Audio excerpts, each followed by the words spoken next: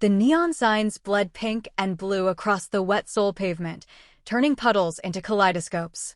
Diane Carter stood at the bottom of the marble steps leading to Eclipse, the kind of nightclub where velvet ropes decided your worth and bouncers wore suits that cost more than her monthly rent. Her phone buzzed. Seojun, you coming or what, buddy? Buddy. That word had followed her like a shadow for 6 months. Through late-night convenience store runs where she'd listened to him complain about difficult clients. Through countless coffee meetups where he'd show her photos of whatever beautiful woman had caught his eye that week. Through every single moment she'd swallowed her feelings and pretended friendship was enough. The bass from inside the club pounded through the walls, matching the erratic rhythm of her heart. She looked down at her worn Converse, the left one held together with tape. The oversized hoodie hung past her hips, shapeless and safe. This was her uniform. Her camouflage. The costume of a woman who had decided that being invisible hurt less than being rejected. 3 weeks ago, someone at Seojun's office had joked they looked like a couple. She'd frozen, hope flaring hot and stupid in her chest. Seojun had laughed. Actually threw his head back and laughed like it was the funniest thing he'd ever heard. Then he'd ruffled her hair, like she was a child or a pet, and said, "Her? Come on. Diane's my little buddy. My brainy sidekick." Everyone had laughed with him. She'd laughed too. Then went home and cried so hard she threw up. Her thumb hovered over the decline button. She could go home. Heat up instant ramen. Watch something mindless on her laptop. Stay small. Stay safe. Stay invisible. You're really going to let him win? Diane jumped. Yara Mensah stood beside her, appearing like some kind of fairy godmother in designer heels, holding a garment bag and a makeup case. "I don't think I can do this," Diane whispered. Yara's expression softened. She'd been the first real female friend Diane had made in Seoul, a Ghanaian fashion buyer with a sharp eye and a sharper tongue. They'd met at a work networking event where Diane had hidden in the corner and Yara had dragged her out of it. Do what? Walk into a party? Or stop being invisible? What if nothing changes? What if I still? What if everything does? Yara took her hand. "Let me help you become visible, Diane. Not for him. For you." Inside the club, Seojun was probably already holding court, surrounded by his people, waiting to laugh at her cargo pants and nervous smile. Waiting for his awkward buddy to give everyone something to joke about. Diane looked at the garment bag, then back at the club entrance. For 6 months, she'd loved him quietly. Desperately. Pathetically. Maybe it was time to love herself loudly. "Okay," she breathed. "Show me." Before we see what happens next, drop a comment and let me know, where are you watching from? Hit that like button, because what Diane does next will change everything. Trust me, someone's world is about to shatter. 6 months earlier. The coffee had been scalding hot, the cup slippery, and Diane's hands shaking from too little sleep and too much anxiety. The collision happened in slow motion, her stumbling, the cup flying, and then expensive black fabric soaking up Colombian roast like a very costly sponge. Oh God. Oh God, I'm so sorry. I'm so sorry. She'd grabbed napkins, dabbing frantically at the coat of the most beautiful man she'd ever seen outside of a screen. Sharp jawline. Dark eyes that could cut glass. The kind of presence that made rooms quieter just by existing. "Stop. Just stop, Dot." His voice carried irritation and something else. "Amusement, maybe? You're making it worse. I'll pay for cleaning. Replacement. Whatever you need. I'm sorry. If you apologize one more time, I'm walking out with your wallet." She'd frozen, mortified. Then he'd smiled. Not kindly. More like a cat that had found an interesting mouse. "You're not from here." "Ohio," she'd stammered. "Originally. I work in data analysis for." "Relax. I'm not interrogating you." He'd taken the napkins from her shaking hands. "I'm Kang Seojun. And you are?" "Diane. Diane Carter." "Well, Diane Carter from Ohio." He'd studied her for a long moment. "You're buying me coffee to replace what you destroyed. And you're going to stop looking at the floor like it has the answers to the universe." That should have been it. A weird encounter. An awkward apology. Then nothing. Instead, Seojun had stayed. They'd talked for 2 hours. He'd asked about her work with a genuine curiosity that made her feel brilliant instead of boring. She'd made him laugh with a dry observation about Korean workplace culture. When they'd finally parted ways, he'd entered his number into her phone. "Text me, buddy. You seem like you could use a friend in this city." Buddy. Even then, their friendship had grown in the spaces between Seoul's loneliness. Late nights at convenience stores where they'd eat ramen standing up, talking about nothing and everything. She'd help him with spreadsheets he never quite explained, numbers that moved through accounts she didn't ask about. He'd drag her to cafes she'd never have tried alone. He talked about women constantly. The marketing executive with legs for days. The art gallery owner who spoke 3 languages. The yoga instructor who could fold herself into impossible shapes. "What do you think?" he'd ask, showing her photos. "Too high maintenance?"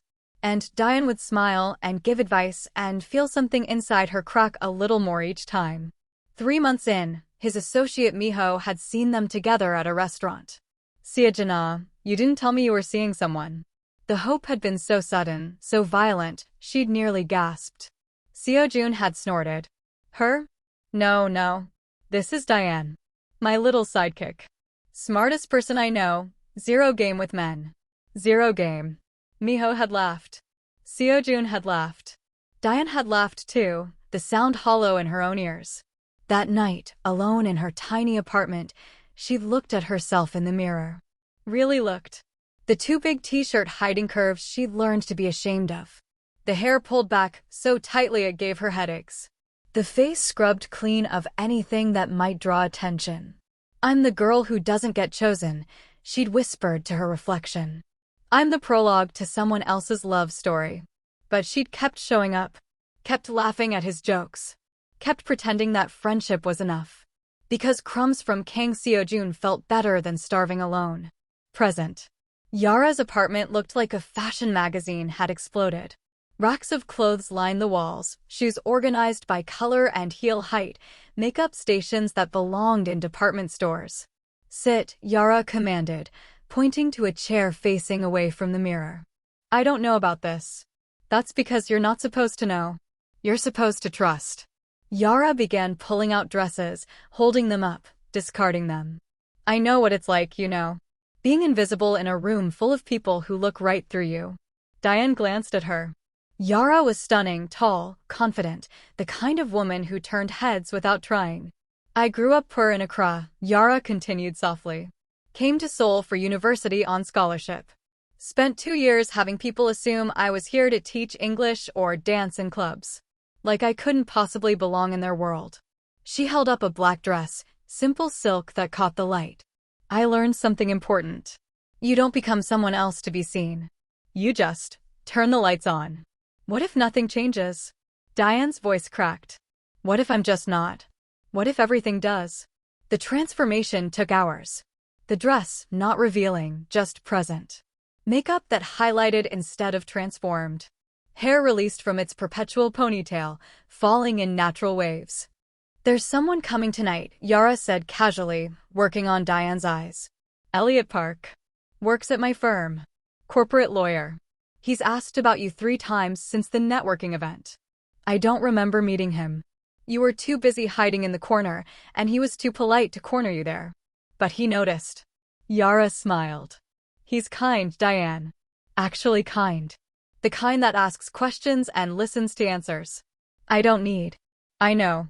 You don't need anyone." Yara turned her toward the mirror. "But maybe it's time to see what it feels like when someone wants you. Not who they think you should be. Just you." Diane looked at her reflection. The woman staring back wasn't a stranger. She was just visible. And suddenly, terrifyingly, she didn't want to be Seojun's buddy anymore. She wanted to be someone's choice. Eclipse was exactly the kind of place Seojun owned without actually owning. The top floor of a glass tower where Seoul's underground elite mixed with the legitimately wealthy, where deals happened over champagne and threats were whispered between courses of imported caviar. He sat in the center of the VIP section like a king holding court, surrounded by his inner circle. Miho, his right hand, built like a boxer but sharp as a blade. Jaewon, the crew's tech genius who could make digital footprints vanish like smoke. Sunhee, ice cold and beautiful, who handled their investor relations. So when's your little buddy arriving? Miho asked, grinning around the rim of his whiskey glass. Seojun checked his watch, smirking. Any minute now. Watch this. I told her to come dressed up. He leaned back, radiating confidence. She'll probably show up in cargo pants and those ratty sneakers. Maybe she'll actually wear a button-down shirt if we're lucky. Sunhee raised an eyebrow. Why invite her if you're just going to make fun of her? I'm not making fun. It's endearing. She's like a puppy that hasn't figured out it's supposed to bark. Seojun waved dismissively. Besides, she's good people. Smart as hell. She just needs to get out more. Bet you 50,000 won she shows up looking exactly like she always does, Jaewon said. Bet you 100,000 she doesn't even show, Miho added. Seojun laughed, that easy confidence of a man who'd never questioned his place in anyone's life. She'll show. She always does. The music had been pulsing with aggressive energy, trap beats and electronic chaos. Then, suddenly, it shifted. Something slower. Smoother. A sensual rhythm that made people turn toward the entrance. The doors opened. Seojun's smile was already forming, ready to tease, ready to ruffle her hair and make some joke about her finally trying. The smile died on his lips. A woman walked in wearing black silk that moved like water. The dress wasn't revealing, it just revealed. Curves that had always been hidden under shapeless fabric. Skin that caught the low lighting. Hair falling in waves that framed a face he'd seen 1,000 times, but never really looked at. But it was her eyes that stopped him breathing.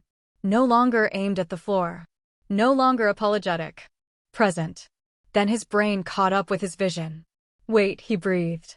Beside her, a man in a tailored suit had his hand at the small of her back. Not grabbing. Not possessive. Just there. Respectful. Protective. The man looked at her the way people look at art in museums, like she was something precious and rare. Who is that? Miho whispered. Sunhee leaned forward, eyes widening. No. Is that? That's Diane. Jaewon nearly dropped his drink. That's Diane. Seojun couldn't speak. His glass had stopped halfway to his mouth, suspended in disbelief. This couldn't be her. This couldn't be his buddy, his sidekick, his harmless little friend who needed his protection and guidance. But it was. Her laugh carried across the club, not the nervous giggle he knew, but something genuine and unguarded. The man beside her leaned down to say something, and she tilted her head up, smiling in a way that made Seojun's chest tighten inexplicably. Damn, Miho said slowly. Your little buddy cleaned up real nice. Other men in the club were noticing. Heads turning. Conversations pausing. Someone from another table stood, clearly planning to approach. Seojun's hand tightened around his glass. Diane didn't even look his direction. She and her companion moved through the crowd like they belonged there, like she'd always belonged there, and the world was just now catching up. A guy Seojun vaguely recognized, some startup investor with more money than sense, approached with a bottle of champagne. Offering. Smiling. The man with Diane, tall, handsome in an understated way, with kind eyes and an easy smile, politely declined for both of them. Not rude. Not aggressive. Just clear. His hand never left her back, but it never tightened possessively either. Something hot and irrational flared in Seojun's chest. Something that felt uncomfortably like rage but burned differently. You okay? Sunhee asked, watching him carefully. Fine. The word came out sharper than intended. Then Diane turned. Her eyes swept the VIP section and landed on him. No wave. No excited smile. No rush to join him like she always did. Just acknowledgement. A slight nod, the kind you'd give an acquaintance at a grocery store. Then she turned back to her companion, laughing at something else he said, and Seojun felt something he'd never experienced in his entire life. Irrelevant. Who's the guy? Miho asked. How should I know? Seojun set his glass down too hard. You invited her. I assumed. I invited her. I don't know anything about him. But he would. He'd find out everything. Because Diane Carter, his Diane, his buddy, his harmless little sidekick, had just walked into his domain looking like a woman who no longer needed him for anything. And Kang Seojun had built an empire on understanding threats. This felt like the most dangerous one yet. Son, he watched him with knowing eyes. You're jealous. Don't be ridiculous. You're jealous of your own friend. I'm not, he cut himself off, jaw clenching. I'm concerned. She doesn't know these people. That guy could be anyone. That guy looks like he stepped out of a law firm commercial, Jiwon observed. Probably safer than anyone in this room. Including you, Sunhee's expression said without words. Seojun stood abruptly. I'm going to say hello. Sure you are. Miho's grin was knowing. Just saying hello to your buddy. But as Seojun started toward her, Diane and her mysterious companion moved toward the dance floor. Not grinding. Not performing. Just moving together with an ease that suggested this wasn't their first time. His phone buzzed. A message from Jiwon. Her date is Elliot Park. Corporate lawyer at Han and Associates. Clean record. No criminal ties. Boring as hell. Boring. Safe. Everything Seojun wasn't. On the dance floor, Elliot said something that made Diane laugh, really laugh, the kind that made her whole face light up. He tucked a strand of hair behind her ear with such casual tenderness that Seojun's hands clenched into fists. When did someone last touch her like that? When did he? He stopped that thought before it finished forming. This was Diane. His friend. His buddy. The girl who brought him midnight snacks when he was stressed and never asked uncomfortable questions about where his money came from. Except she wasn't that girl anymore. Or maybe she always had been someone else, and he'd just been too blind to see it. The thoughts settled in his stomach like lead. The night stretched on like torture. Seojun returned to his table, pretending to engage with his crew, but his eyes kept tracking Diane across the room. She moved through the space like she'd shed some invisible weight. Shoulders back. Head high. Every interaction genuine rather than apologetic. Men approached her constantly now. She handled each one with surprising grace, friendly but clear, never cruel but never uncertain. Since when does your buddy command a room like that? Miho asked, openly staring. She doesn't, Seojun muttered. It's just the dress. The makeup. Lighting makes everyone look different. Yeah, Jiwon said slowly. That's definitely what's different. The lighting. Sunhee snorted into her drink. On the dance floor, Elliot's hand rested on Diane's waist. Not grabbing. Not pulling. Just existing there like it belonged. Like he'd earned the right through something other than proximity and assumption.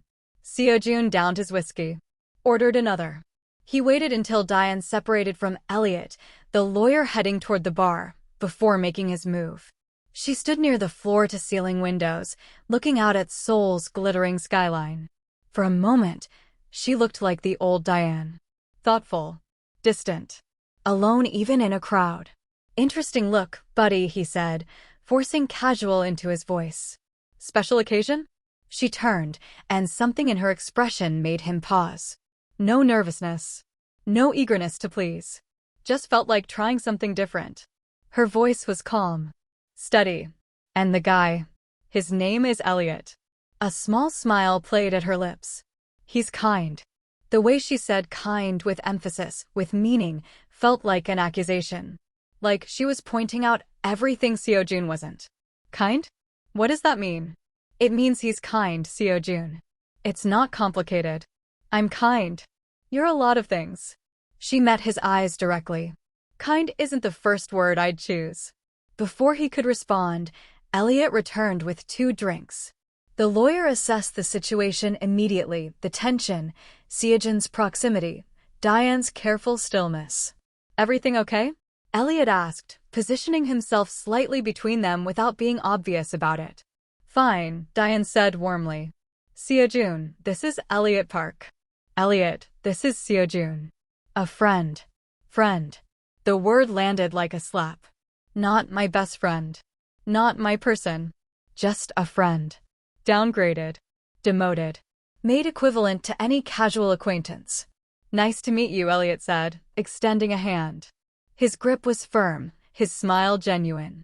Everything about him screamed stable, safe, legitimate. Everything Seojun couldn't offer. Likewise. Seojun forced a smile. Known Diane long? Few months. We met at a professional event. Elliot glanced at Diane with unmistakable affection. I've been trying to get her to give me a chance ever since. And here I thought she didn't date. She doesn't date people who don't see her, Elliot corrected gently. Fortunately, she's very easy to see. The implication hung in the air like smoke. Diane squeezed Elliot's hand. Should we get some air? Sure. Elliot nodded politely at Seojun. Good meeting you. They walked away together, Elliot's jacket appearing over her shoulders without her asking, and Seojun stood alone by the windows feeling like he'd just lost something he didn't know he'd been holding. Back at his table, Sunhee gave him a look. That went well. Shut up. He seems nice. Normal. Exactly what someone like Diane needs. What's that supposed to mean? It means she deserves someone whose idea of a relationship doesn't involve checking for exits and counting enemies. Sunhee's voice softened. You're not good for her, Seojun. You never were. You just didn't realize she had options until tonight. The words stung because they were true. A presence materialized beside their table, Min Jae-hyuk, dressed in expensive neutrals that screamed dangerous money. His smile was a shark smile, all teeth and no warmth. Seojun, Jae-hyuk said smoothly. Enjoying the party? What do you want, Jae-hyuk? Just making observations. Jae-hyuk's eyes tracked across the room. You seem distracted. Trouble in paradise.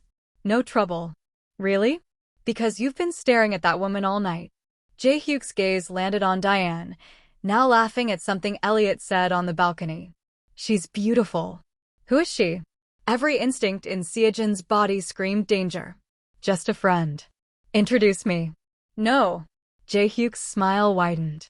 Interesting. The great Kang Seojun, possessive over, just a friend. She's off limits. Everything's on limits in our world. You know that. Jae-hyuk pulled out his phone, snapping a discreet photo through the window. But don't worry.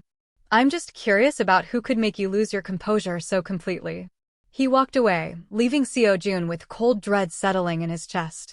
Miho leaned close. That's a problem. I know. He'll use her if he thinks she matters to you. She doesn't. Seojun stopped, the lie dying before it fully formed.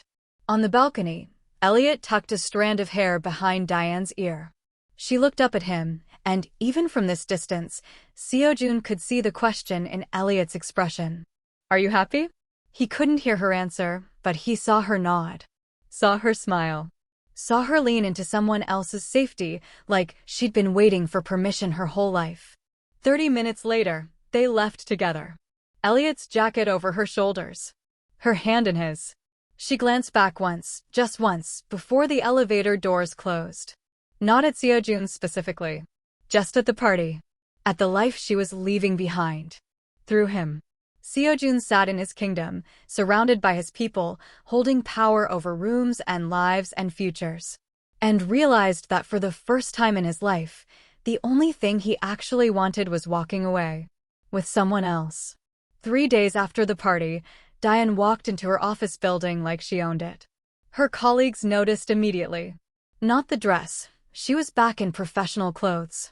But something had shifted in the way she carried herself. The apologetic hunch was gone. When she spoke in the morning meeting, people actually listened instead of talking over her. Diane, excellent analysis on the quarterly projections, her manager said, and for once, she didn't deflect the compliment. She just smiled and said, thank you. At 11, Elliot appeared at her office door holding 2 cups of coffee. Thought you might need this, he said, that gentle smile making her chest warm. It had become their routine. Coffee at 11. Lunch on Wednesdays. Text messages that made her laugh during boring meetings. You're too good to me, she said. I'm exactly as good as you deserve. He set the coffee down, studying her face. Dinner tonight? There's a place in Heroine I think you'd love. I'd like that. He squeezed her hand before leaving, and Diane realized she was smiling at nothing. Just smiling because she could. That evening, rain caught them between the restaurant and the subway. They ran, laughing, until Elliot pulled her under an awning. Water dripped from his hair. His shirt stuck to his shoulders. He looked at her like she was the only real thing in the world. I'm going to kiss you now, he said softly. If that's okay. Instead of answering, Diane kissed him first. Gentle. Sweet. The kind of kiss that promised safety instead of chaos. When they pulled apart, she whispered, "I never knew being wanted could feel safe." "It should always feel safe," Elliot said, touching her cheek. Always. Across the city, Seojun sat in his office surrounded by files on Elliot Park. Corporate lawyer. Seoul National University. No criminal record. No debt. No scandals. Parents were respected academics. The man was so clean he practically squeaked. This made everything worse. Seojun couldn't find a single flaw to exploit. No addiction. No secret family. No questionable business dealings. Elliot Park was exactly what he appeared to be, a good man who wanted Diane for all the right reasons. "Anything?" Miho asked from the doorway. "Nothing. He's perfect." Seojun threw the file across his desk. Completely, insufferably perfect. Maybe that's what she needs. "I know that." Seojun's voice came out raw. "I know she needs better than me. But I didn't think." He stopped, pressing his palms against his eyes. "I didn't think she'd actually leave." At midnight, Seojun found himself at their convenience store. The one where they'd spent dozens of late nights eating ramen and talking about nothing. The owner recognized him, looked around for Diane, then understood. "She hasn't been here in a week," the old woman said gently. "New boyfriend." Seojun paid for a cup of ramen he didn't want and sat at their usual spot by the window. He remembered Diane laughing at his terrible jokes, bringing him snacks when he was stressed about a deal going wrong. The way she'd listened to his problems without judgment, offering solutions in that quiet, brilliant way of hers. "I had her," he whispered to the empty store. "She was always there. I never thought she'd leave. But why wouldn't she?" He'd given her nothing but scraps and called it friendship.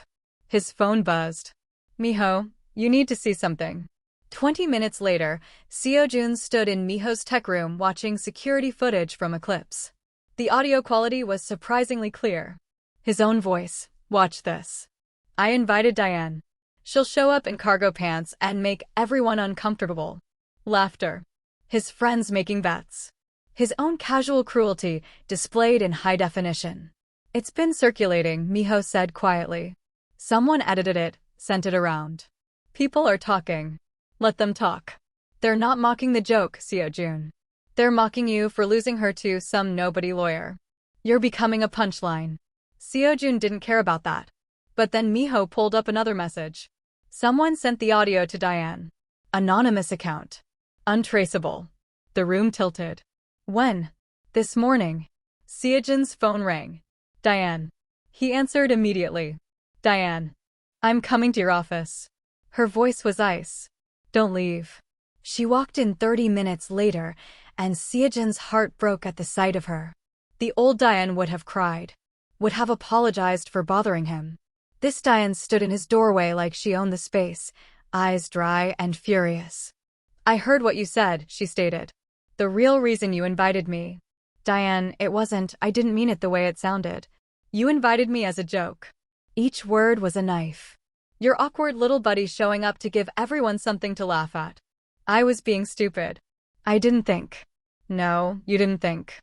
You never thought about how it felt to be the punchline of your life." She stepped closer. "For 6 months, I thought I wasn't enough. I thought there was something wrong with me because you could never see me as anything but harmless. But I was wrong." "You're not wrong. I wasn't the problem, Seojun. You were. I was performing for the wrong audience." "Diane, please. You taught me something valuable, though." Her smile was bitter. "You taught me that crumbs aren't love. That friendship without respect is just convenience. I do respect you. You made me small so you could feel big." The truth of it knocked the air from his lungs. "I think I'm in love with you," he said desperately. The words he should have said months ago. "I think I've been in love with you, and I was too blind and stupid to realize." "No." Diane's voice cracked for the first time. "You're not in love with me. You're in love with the idea of owning something someone else wants. You never wanted me when I was only yours. You want me now because Elliot does. That's not." "Yes, it is." Tears finally appeared, but she didn't wipe them away. "I loved you, Seojun." Quietly. Desperately. Pathetically. I would have given you everything. But you only started seeing me when I stopped looking at you. She turned toward the door. Diane, wait. Goodbye, Seojun. The door closed behind her with a quiet click that sounded like the end of the world. Seojun stood alone in his office, his kingdom of influence and power and control, and finally understood what he'd lost. Not a buddy. Not a sidekick. The woman who would have loved him through anything. And he'd thrown her away without even realizing she was precious.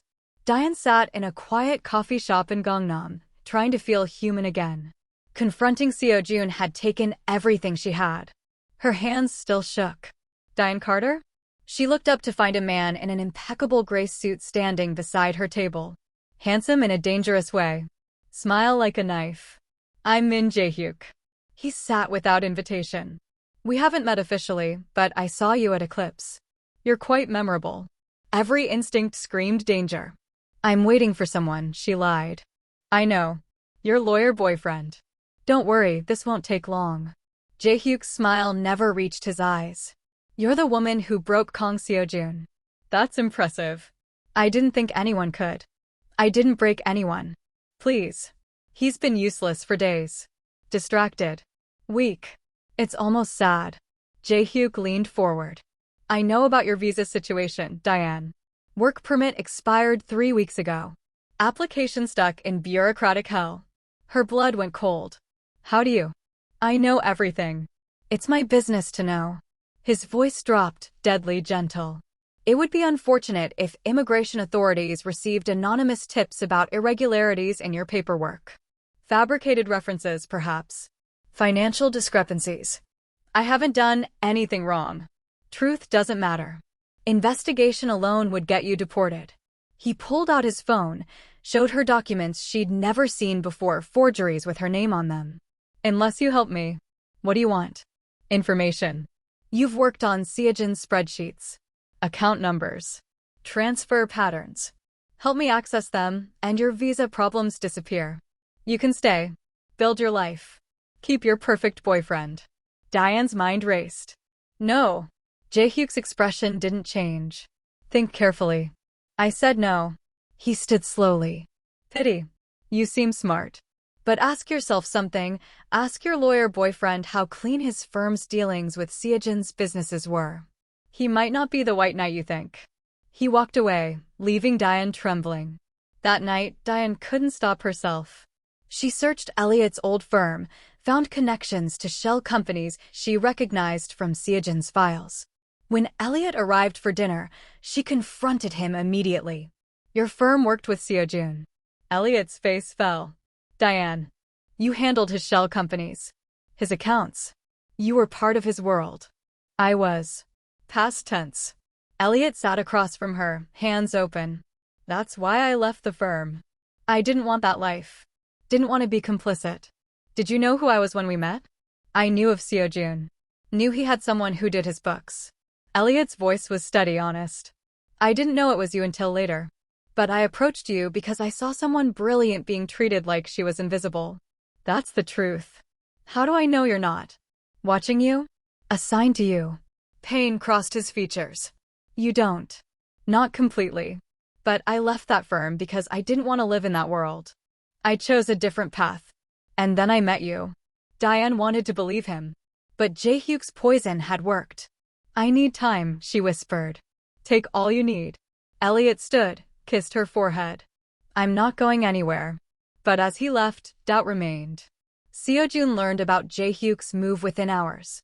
He approached her at a coffee shop, Miho reported. Threatened her visa status. Tried to recruit her. He what? Seojun was already reaching for his coat. There's more. He's digging into her background. Fabricating evidence. If she doesn't cooperate, he'll get her deported. Seojun found Jae-hyuk at a private club in Gangnam.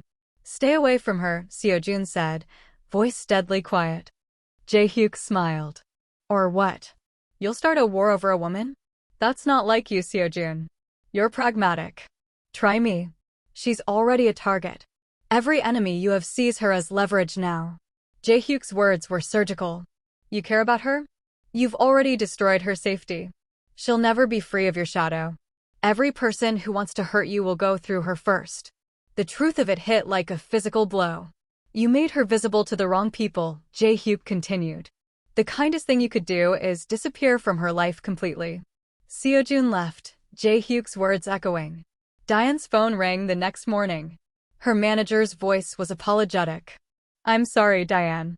HR flagged issues with your work authorization. We have to let you go, effective immediately. She knew it was Jae-hyuk. Knew this was just the beginning. Elliot offered help. Seojun sent messages offering protection. But both felt like pity. Like obligation.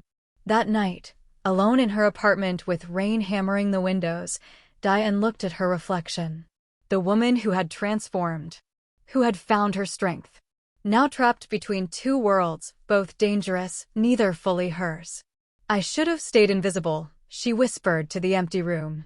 But even as she said it, she knew it wasn't true. She just didn't know what the truth was anymore.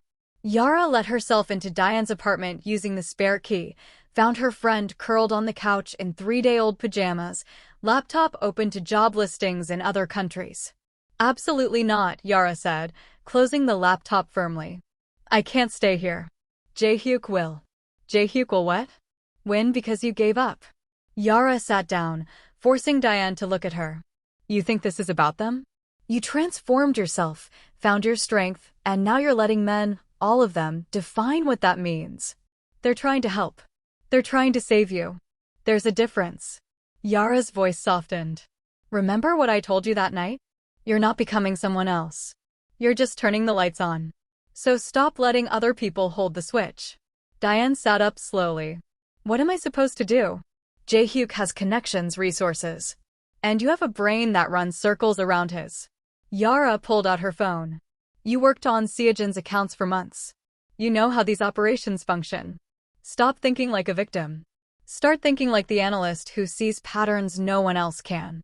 Something shifted in Diane's chest. The fog of fear clearing. I don't need saving, she whispered. I need strategy. There she is. Yara smiled. There's my girl. Diane spent 18 hours researching. Jae-hyuk's operation was elegant, fabricated documents, strategic leaks, pressure at precise weak points. But every system had flaws. Every criminal made mistakes. She found his pattern in the spreadsheets she'd once handled for Seojun. Transactions that didn't quite add up. Shell companies with suspiciously similar structures. Then she found his current target, a city council member considering anti-corruption legislation. Jae-hyuk needed Seojun's cooperation to apply the right pressure. But more importantly, Diane had access to proof of Jae-hyuk's methods. Files she'd backed up months ago, never knowing they'd matter. Evidence that would expose not just his current scheme, but years of operation. She made 2 calls. First, Elliot. I need a lawyer. Not a boyfriend. Not a protector.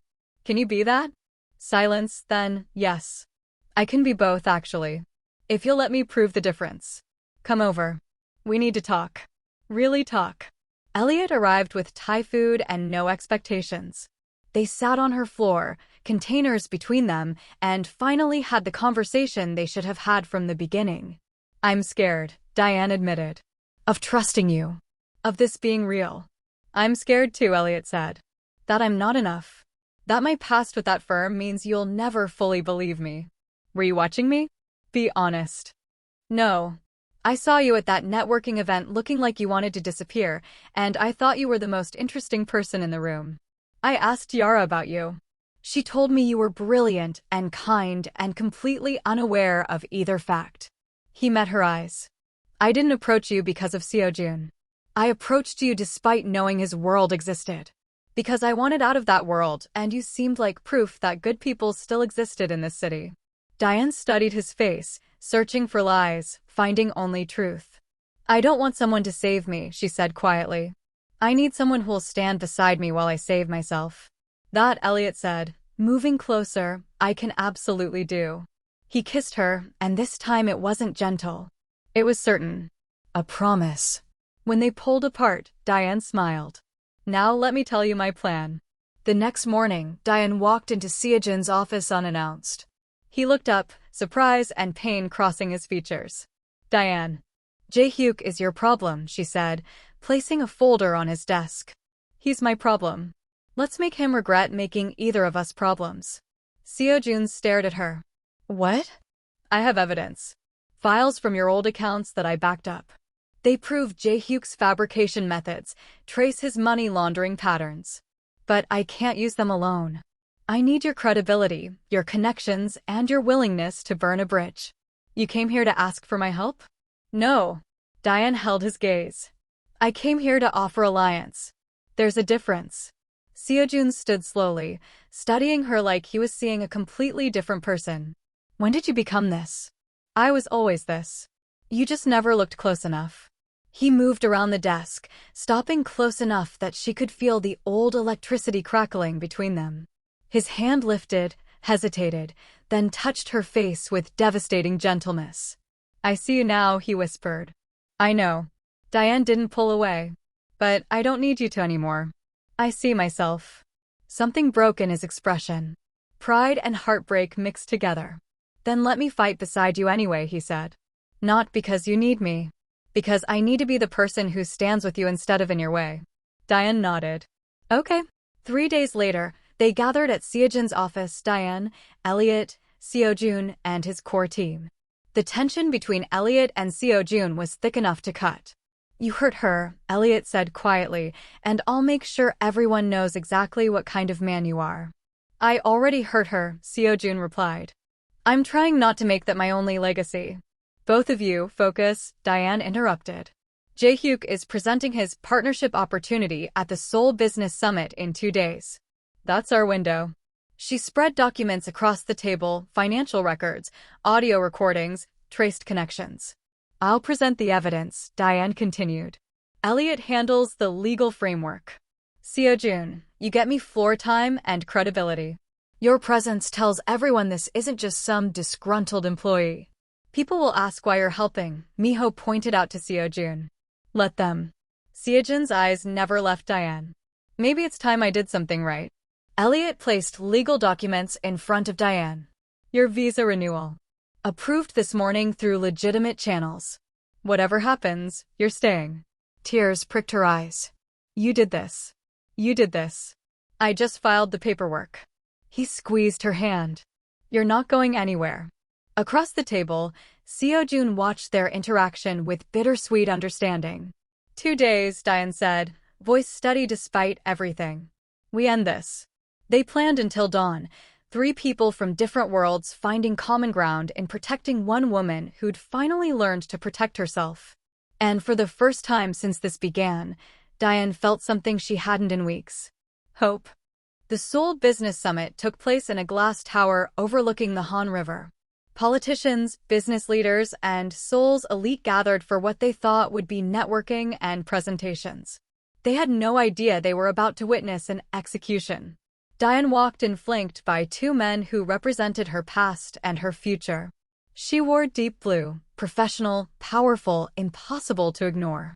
Jae-hyuk stood at the front, mid-presentation about strategic partnership opportunities. His smile was confident. Predatory. Then he saw her. The smile faltered. Seojun raised his hand. I'd like to yield my scheduled time to Ms. Carter. She has information relevant to today's discussions. Murmurs rippled through the room. Jae-hyuk's eyes narrowed. That's highly irregular, someone started. Ms. Carter is an expert financial analyst, Elliot said, standing. Her presentation addresses fraud prevention. Surely that's relevant to everyone here. The moderator, influenced by Seojun's reputation, nodded. Ms. Carter, you have the floor. Diane walked to the podium, connected her laptop, and looked directly at Jae-hyuk. I'm here to discuss how fabricated evidence is used for blackmail and extortion in Seoul's business community.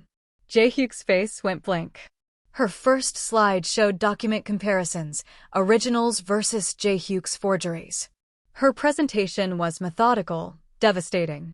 She traced money through shell companies, showed patterns of illegal surveillance, exposed years of operation. These techniques, she continued, voice steady, were used to threaten my visa status, my employment, and my safety when I refused to provide information for criminal purposes. She played the audio from the coffee shop. Jae-hyuk's voice, crystal clear, making threats. The room erupted in whispers. Jae-hyuk stood abruptly. This is ridiculous. She's an illegal worker with criminal connections. He pointed at Seojun. She works for Kang Seojun. Everyone knows his reputation. She's playing both sides, probably sleeping with half this room. Careful, Seojun's voice cut through the noise like ice. But Diane didn't need defending. My visa status is legal and current, she said calmly. Elliot held up documentation. I've never been involved in criminal activity. And my personal relationships are irrelevant to the evidence before you. She advanced her presentation. Financial records she'd backed up months ago, now showing Jae-hyuk's money laundering, his fabrication network, his blackmail targets, including 2 people in this room. These files were obtained legally during my work as a financial analyst. They've been verified by independent forensic accountants. She looked at Jae-hyuk. Would you like to explain these transactions? Jae-hyuk's composure cracked. He moved toward the podium. Both Elliot and Seojun shifted forward. But Diane was ready. Years of self-defense classes with Yara paid off in one smooth motion. She sidestepped, redirected his momentum, and sent him stumbling into security guards who'd been alerted by Seojun's team. The room exploded. Authorities present, invited by Elliot's careful planning, moved forward with arrest warrants based on Diane's evidence. Jae-hyuk was restrained, still struggling, screaming accusations that no one believed anymore. Outside, away from cameras and chaos, 3 people stood in the late afternoon sun. Seojun looked at Elliot. Take care of her. Then he corrected himself, glancing at Diane. Actually, let her take care of herself. Just be there when she wants you. Elliot nodded with understanding and respect. Seojun turned to Diane. His expression held everything he couldn't say. I'm sorry, he said quietly. For all of it. For not seeing. I know. Diane touched his hand briefly. Thank you. For showing up when it mattered. He lifted his hand to her face one last time, memorizing her features. Then kissed her forehead, blessing and goodbye. Be happy, he whispered. I will be. She walked away with Elliot, their hands linked, their future uncertain but theirs. Seojun watched until they disappeared around the corner. Miho appeared beside him. You okay? No, Seojun said honestly. But I will be. For the first time in his life, he'd let someone go because they deserved better. It hurt like hell. But it was the most loving thing he'd ever done. The fluorescent lights of the corporate office didn't feel like a cage anymore. They felt like a stage. Diane sat at her mahogany desk, her natural hair styled in a chic, confident taper, wearing a tailored cream blazer over a simple silk camisole. She wasn't hiding behind oversized sweaters or safe colors anymore. A junior analyst, a young woman who reminded Diane painfully of her former self, hovered by her cubicle. Ms. Carter? I don't think my ideas are good enough for the board meeting. Diane looked up, a warm, genuine smile breaking across her face. She reached out and placed a hand on the girl's arm. They don't see you because you're making yourself small, Sarah. Stop performing for them. Just turn the lights on. You're brilliant. Make them look. Watching the girl walk away with a straighter spine, Diane felt a surge of quiet triumph. She was paying Yara's gift forward, one spark at a time. Later that evening, the scent of garlic and rosemary filled the airy apartment she now shared with Elliot. The space was a sanctuary of soft textures and shared books. The sauce needs more salt, Elliot teased, sneaking a taste over her shoulder.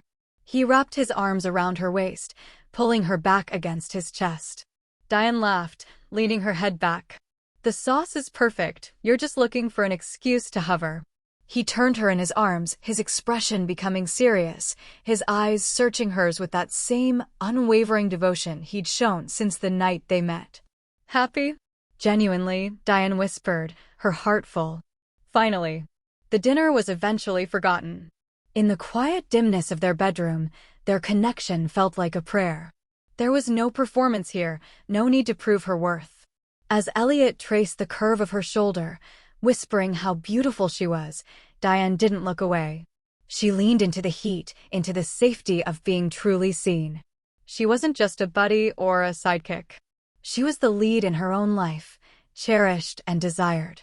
Afterward, tangled in the sheets, they spoke in low tones about the future, about a small house by the coast, about names for children, and the legal clinic they wanted to open together.